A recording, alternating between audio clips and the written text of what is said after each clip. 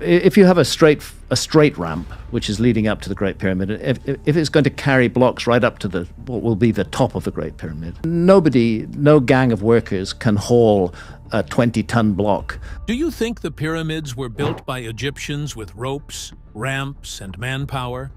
I think we're looking again at a lost technology, and it was this ancient apocalypse 12,800 years ago that wiped that. That's what textbooks and every tour guide will tell you.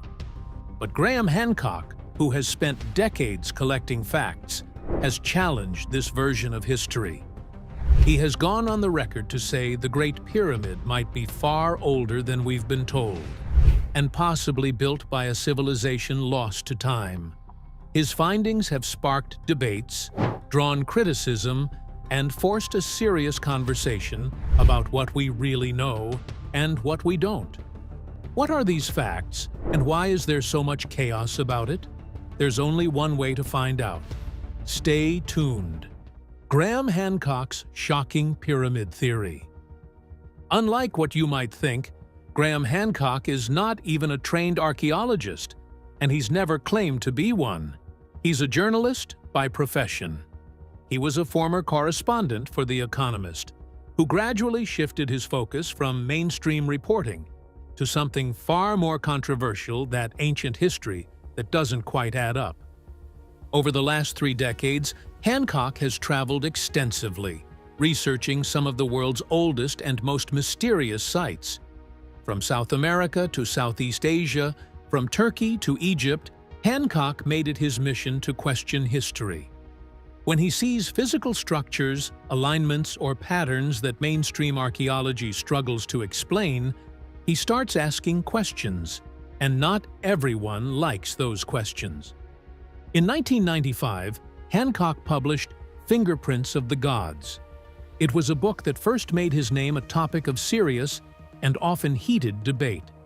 It became a global bestseller, translated into dozens of languages, and brought a mainstream spotlight to theories that had long been dismissed or ignored. In that book, he questioned the accepted timeline of ancient civilizations.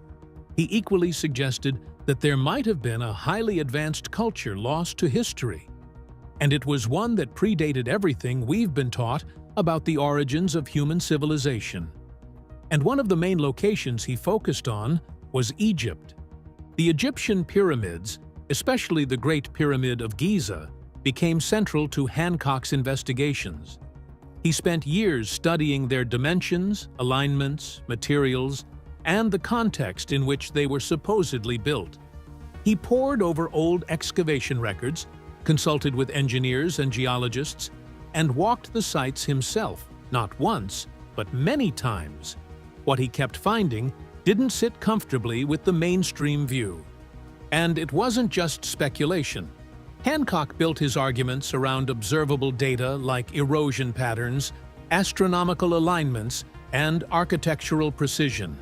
He also cross-referenced those findings with geological studies and ancient records. Unlike fringe theorists, he presented his work in a way that was grounded in real-world evidence, which is part of why his work has become so hard to ignore. Critics often disagree with his conclusions, but even they admit that the questions he raises are valid and deserve attention. He's also not operating in isolation. Over the years, Hancock has collaborated with or cited experts in geology, astronomy, architecture, and ancient texts. In particular, his partnership with geologist Dr. Robert Schoch helped bring mainstream scientific attention to erosion patterns on the Sphinx, which challenged accepted dating of the monument. This opened a doorway to new discussions about the actual age of Egypt's most iconic structures. Today, with the release of his Netflix series Ancient Apocalypse, Hancock has introduced his investigations to a whole new generation. And of course, this has reignited old debates in the process. But none of this compares to what he uncovered about the pyramids themselves. Because deep inside his years of research, there's one discovery that's backed by observable data. This very one challenges everything we thought we knew about who built them, and when, and how they came to be. This is one intriguing ride you don't want to miss. The claim. Graham Hancock believed we had been misled about one of the most iconic structures on Earth, the Great Pyramid of Giza. According to mainstream Egyptology, it was built around 2500 BC by Pharaoh Khufu, using copper tools and thousands of laborers. Hancock challenged this timeline and the builder entirely. In multiple interviews, books, and documentaries, he said the pyramids weren't built by the ancient Egyptians as we knew them, but inherited from a much earlier, lost civilization. This one advanced knowledge of engineering, astronomy, and architecture. In Fingerprints of the Gods, and more recently in his Netflix series Ancient Apocalypse, Hancock presented a consistent claim. These structures were far older than we had been taught. He pointed to geological data, astronomical alignments, and architectural precision as indicators that the Great Pyramid and the Sphinx might have dated back to around 10,500 BC, before the emergence of dynastic Egypt.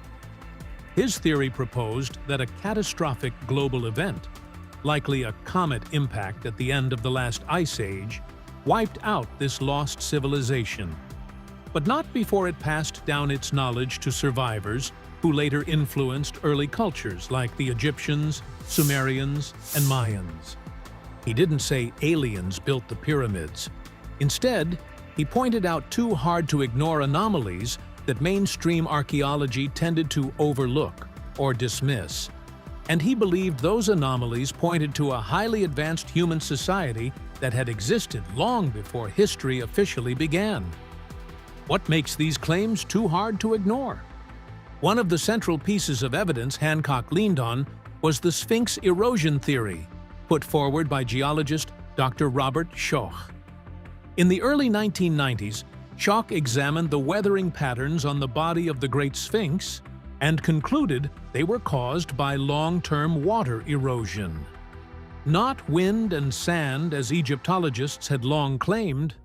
Egypt hadn't seen rainfall sufficient to cause that type of erosion since the end of the last ice age, over 7,000 years ago. Schoch's professional estimate? The Sphinx could have dated back as far as 10,000 BC, which pushed its construction thousands of years before the dynastic Egyptians even existed. Hancock adopted and publicized this finding, arguing that if the Sphinx was older than Egypt itself, so might the pyramids beside it. Next was the Orion correlation theory, proposed by Robert Bovell and heavily referenced by Hancock. The layout of the three pyramids at Giza matched the three stars in Orion's belt. While some argued this was a coincidence, Hancock noted that the alignment was too precise to ignore. Using astronomical software, researchers discovered that the only time this alignment perfectly matched the sky, including the offset of the smallest pyramid, was around 10,500 BC. This fits the same time frame as the Sphinx's possible erosion date, pointing again to a much older origin for the Giza complex. Then there was Göbekli Tepe in modern-day Turkey, arguably the strongest evidence for advanced pre-Egyptian civilizations. Discovered in the 1990s and excavated by German archaeologist Klaus Schmidt, Göbekli Tepe was a megalithic site dated to at least 9,600 BC. This is over 6,000 years older than the Great Pyramid. It featured 10 to 20-ton stone pillars, arranged in complex circular enclosures, with detailed carvings of animals and abstract symbols. No signs of agriculture, writing, or metal tools were found, meaning hunter-gatherers somehow managed to build the world's oldest known monumental architecture. Hancock argued that Göbekli Tepe proved a highly organized society existed before history officially began, and it might have been part of the same lost civilization responsible for the pyramids. He also questioned the construction methods behind the pyramids. According to the conventional view, ancient Egyptians used copper chisels, dolerite pounding stones, and wooden sledges to carve and move massive blocks of limestone and granite. But Hancock, after citing modern engineers and stonemasons, pointed out that copper was too soft to cut granite efficiently. Granite ranked about 6 to 7 on the Mohs hardness scale. Copper was just around 3. Without harder tools, it was unlikely that the perfectly flat, smooth, and angular granite blocks used inside the king's chamber could have been cut with such accuracy. Finally, Hancock emphasized the lack of physical evidence for the tools and techniques supposedly used to build the pyramids. Despite over a century of excavation, archaeologists never uncovered copper chisels, ramps, or pulleys in sufficient quantity or strength to justify the construction method claimed by mainstream Egyptology. In addition to that, the fact that the wheel wasn't even in use in Egypt when the pyramids were supposedly built raised more questions than answers. There were critical architectural details that remained unanswered to this day, even by Egyptologists. One of the most staggering was the precision of the blocks. The base of the Great Pyramid was almost perfectly level, within less than 1 inch across 13 acres. Some interior granite beams, like those in the king's chamber, were cut with such precision that engineers said modern equipment would have struggled to match the tolerance. These cuts were deliberate, consistent, and accurate. Then came the issue of weight and logistics. Some blocks used in the Great Pyramid, and especially in the nearby Valley Temple and Osirion, weighed up to 80 tons. These were quarried hundreds of miles away, in areas like Aswan. There were no written records showing how they were transported across the desert, moved up the Nile, and lifted into place with such exactness. Modern construction teams, using cranes and hydraulics, would have faced serious challenges doing the same today. Yet the ancient Egyptians were said to have done it with rope, manpower, and wooden sleds. Even more puzzling was that the pyramid-building timeline didn't follow normal human learning curves. Typically, in architecture or engineering, early projects were basic, and later ones improved over time. But in Egypt, the first major pyramid, the Great Pyramid, was the most advanced. Later pyramids were smaller, less precise, and in some cases, even collapsed. If the builders were learning, wouldn't the Great Pyramid have come later, after trial and error? Yet there was no prototype pyramid, no visible trial runs, no progression.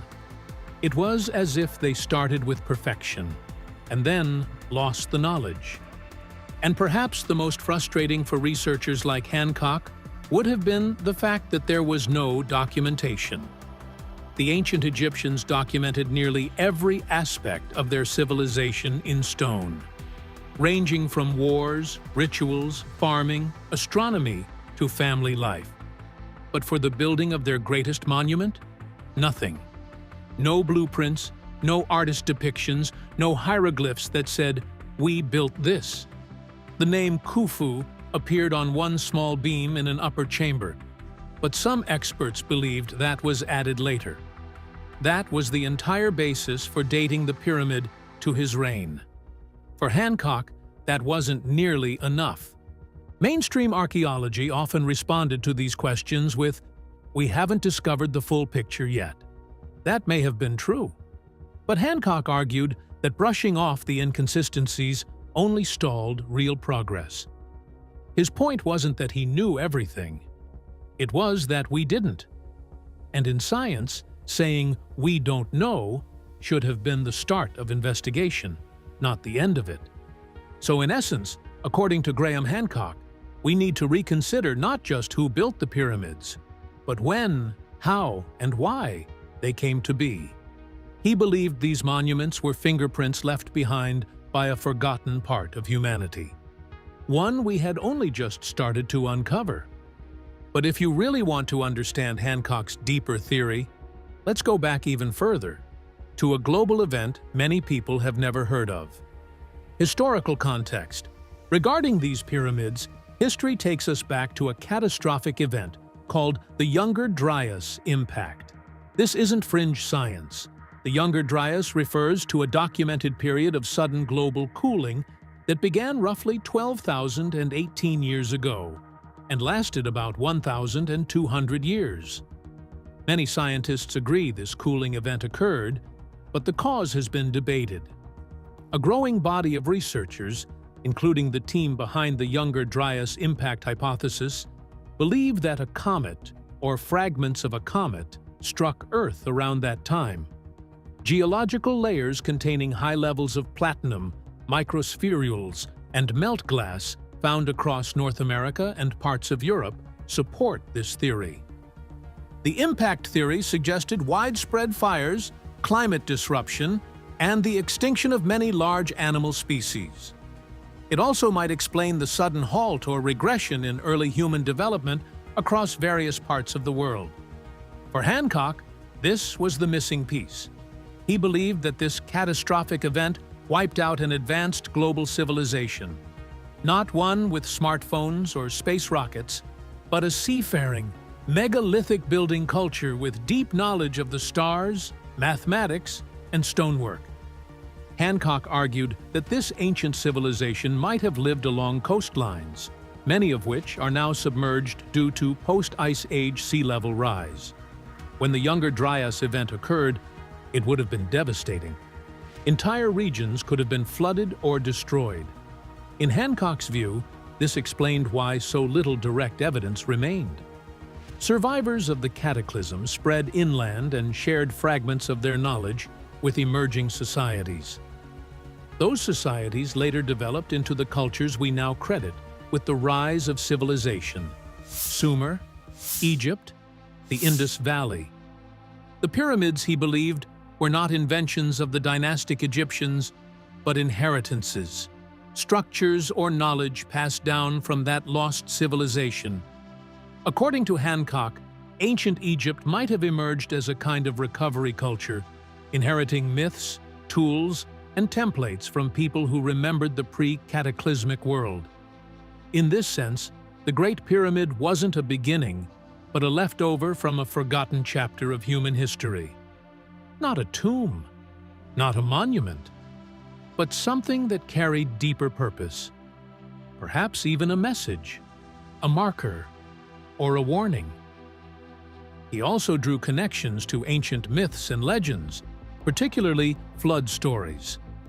Hancock pointed out that nearly every ancient culture had some form of flood myth. The Sumerians had Ziusudra, the Babylonians had Utnapishtim, the Hebrews had Noah, the Greeks had Deucalion, the Hindus had Manu. These weren't identical, but they shared a pattern. An advanced or chosen group was warned about an impending catastrophe and preserved knowledge or life. For Hancock, these weren't just metaphors. He believed they were distorted memories of real events, like a global disaster that nearly erased an entire chapter of human progress. Plato's story of Atlantis was another point Hancock often returned to. Written in 360 BC, Plato described Atlantis as an advanced maritime civilization that was destroyed by a natural disaster in a single day and night of misfortune. While mainstream scholars view the tale as allegory or philosophical fiction, Hancock saw it differently. He believed Plato might have been referencing an actual memory of this lost civilization, passed down through Egyptian priests to Greek philosophers. The timing, description, and sudden destruction of Atlantis, he argued, fit neatly with the Younger Dryas cataclysm. From Hancock's perspective, the Great Pyramid may have been a product of that ancient world, built before the cataclysm and preserved by later generations. If true, that would make it much older than the current estimate of around 4,500 years. It would also reframe how we view early human history. Instead of assuming a straight line from primitive tribes to modern civilization, Hancock's theory suggests a cycle: the rise, a fall, and a rebirth of human knowledge. In this interpretation, it isn't just about the pyramids.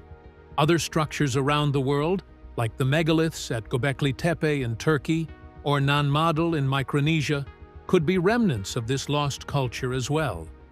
Göbekli Tepe, for instance, has been dated to roughly 9,600 BC, already pushing the boundary of known human civilization. But the complexity of its design and the sophistication of the stonework suggest an intelligence beyond that of simple hunter-gatherers. Hancock argued that this wasn't an anomaly. It was evidence that ancient people were far more advanced than we had believed.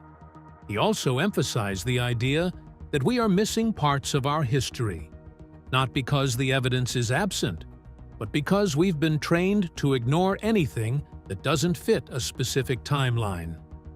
Hancock wasn't saying we had all the answers.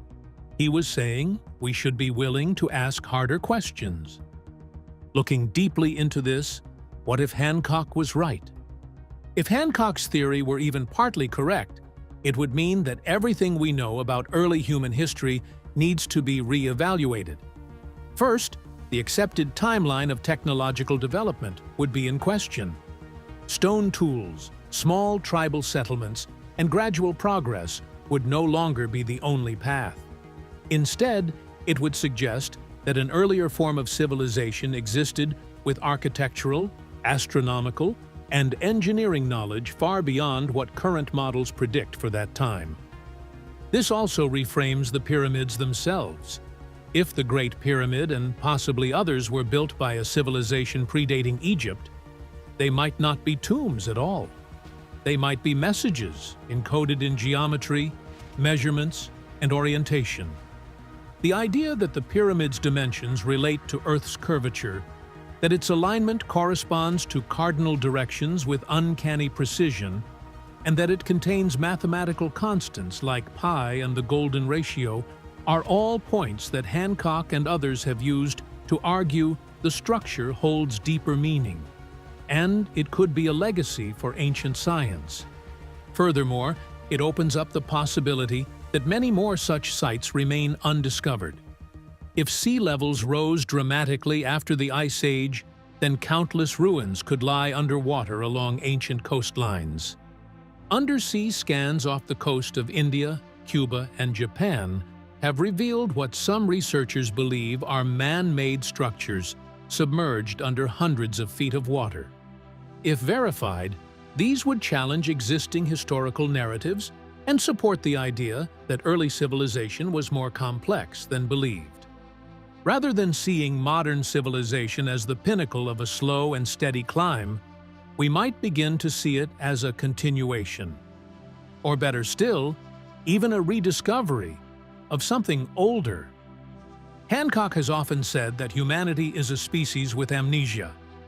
If the pyramids truly are relics of a forgotten era, then uncovering their true origin might help us recover not just lost knowledge, but a clearer understanding of our own identity and potential. These ideas are not universally accepted, and many mainstream scholars continue to criticize Hancock's interpretations. But whether right or wrong, his work has reignited public interest in ancient history, encouraged fresh examination of old evidence, and forced tough questions that traditional models haven't answered fully. And that alone has made his contribution significant. Even in skepticism, Hancock's theories have pushed the conversation forward. Academics are revisiting sites with new technology, questioning long-held assumptions, and considering timelines that once seemed impossible. In that sense, his influence extends beyond archaeology into the philosophy of science itself. What do we accept as knowledge? Who controls historical narratives? And what happens when new evidence challenges what we've long believed to be true? Hancock has raised these questions in a bid to call for a deeper inquiry into history. As intriguing as these ideas of Hancock may be, it has been faced with several criticisms and oppositions. The reasons for this will blow your mind. Oppositions and criticisms. Mainstream archaeology has never hesitated to push back against Graham Hancock's theories, especially those regarding the origins of the Egyptian pyramids. and the idea of a lost advanced civilization. Prominent Egyptologists, archaeologists, and academic institutions have repeatedly labeled his claims as pseudoscientific, arguing that they rely heavily on speculation rather than hard, testable data. According to these scholars, there is no direct evidence that a technologically advanced society existed before known ancient civilizations like Mesopotamia, Egypt, or the Indus Valley. In their view, the pyramids are the culmination of thousands of years of architectural evolution, cultural development, and human labor. Not a leftover from an erased global society, like Hancock suggests. Critics argue that Hancock cherry-picks data that fits his narrative while ignoring or downplaying the well-established archaeological record.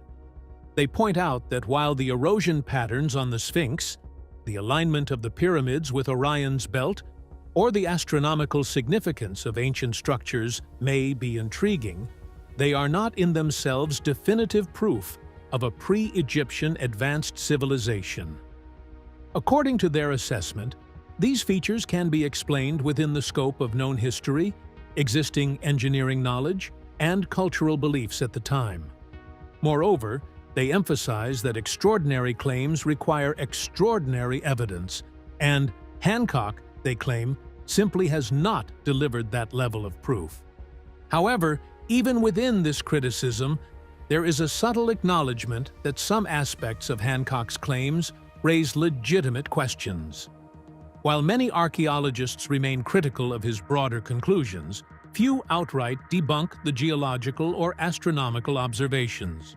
For instance, the erosion patterns on the Sphinx remain a subject of debate. Robert Schoch's theory of water erosion, which pushes the Sphinx's construction, dates back to thousands of years earlier than Egyptologists allow. This has not been conclusively disproven.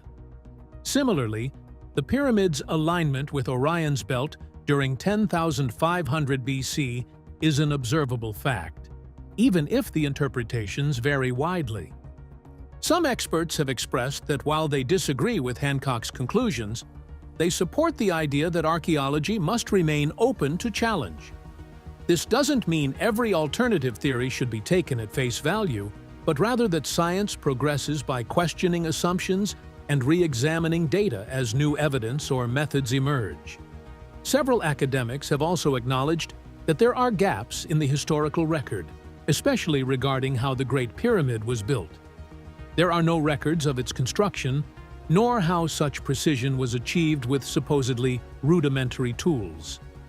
These gaps are often downplayed in public discourse, but they remain subjects of ongoing research. In this way, Hancock's theories have given way for a larger conversation about the nature of scientific inquiry itself. Should we dismiss theories that fall outside the mainstream just because they don't conform to current models? Or should we view them as opportunities to test the strength of what we think we know? These questions remain central to the debate over Hancock's work. While many experts continue to dispute his conclusions, they have also been forced to revisit some of their own assumptions under public scrutiny.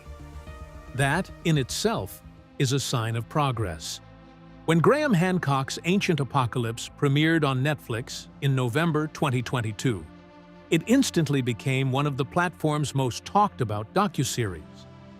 Its 8-episode run introduced millions of viewers to Hancock's long-held theory that a forgotten, highly advanced civilization was wiped out by a global cataclysm roughly 12,000 years ago, and that remnants of its knowledge lived on in monuments like the pyramids. Whether viewers agreed or not, they were hooked. The show reached the top 10 in multiple countries and sparked massive online discussions, from Reddit threads and YouTube breakdowns to debates on history forums and TikTok explainer videos. For many people, it was the first time they had heard a version of human history that differed so radically from what they learned in school. The series prompted viewers to question traditional timelines, the role of mainstream archaeology, and even how knowledge itself is validated. One of the most significant effects of the show was how it resonated across generations. Younger audiences saw it as a fresh perspective that challenged the status quo.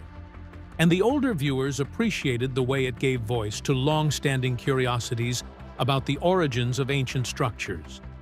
Whether they believed Hancock's theory or not, people found themselves re-examining historical narratives they had previously taken for granted. The academic world, however, responded with intense backlash. Prominent archaeologists criticized the show's presentation, arguing that it misrepresented scientific consensus and created a false dichotomy between open-mindedness and academic dogma. The Society for American Archaeology even wrote to Netflix, urging the platform to add disclaimers, clarifying that the series was not representative of mainstream archaeological understanding. But for every voice of academic criticism, there were dozens of online supporters defending the show's right to challenge traditional ideas. Podcasts across various genres, from science to pop culture, hosted long-form discussions dissecting the claims. Even major publications like the New York Times and The Guardian weighed in, highlighting the polarizing effect of Hancock's message. The global reaction revealed a deeper tension between the public's growing interest in alternative history and academia's effort to maintain standards of evidence and interpretation. While traditional scholars saw the show as misleading, many viewers saw it as empowering, an invitation to look beyond textbooks and trust their own curiosity. The debates became not just about pyramids and timelines, but about who gets to shape our understanding of the past. In classrooms, living rooms, and on social media, Hancock had opened a door that few could shut. And in doing so, he shifted the conversation. Not by proving everything he said was true, but by challenging the assumption that the debate was already settled. That alone was enough to stun a world that thought it already knew how the story of civilization began. But who, in fact, is Graham Hancock, and what does he have to say to all of these? The man, Graham Hancock. Graham Hancock began his professional career not as an archaeologist, but as a journalist. He studied sociology at Durham University and graduated with honors in 1973. Afterward, he went into mainstream journalism, writing for major publications such as The Economist and The Sunday Times. His work often focused on economic and political issues in Africa, and he spent a good portion of the 1980s reporting on Ethiopia, famine, and global aid efforts.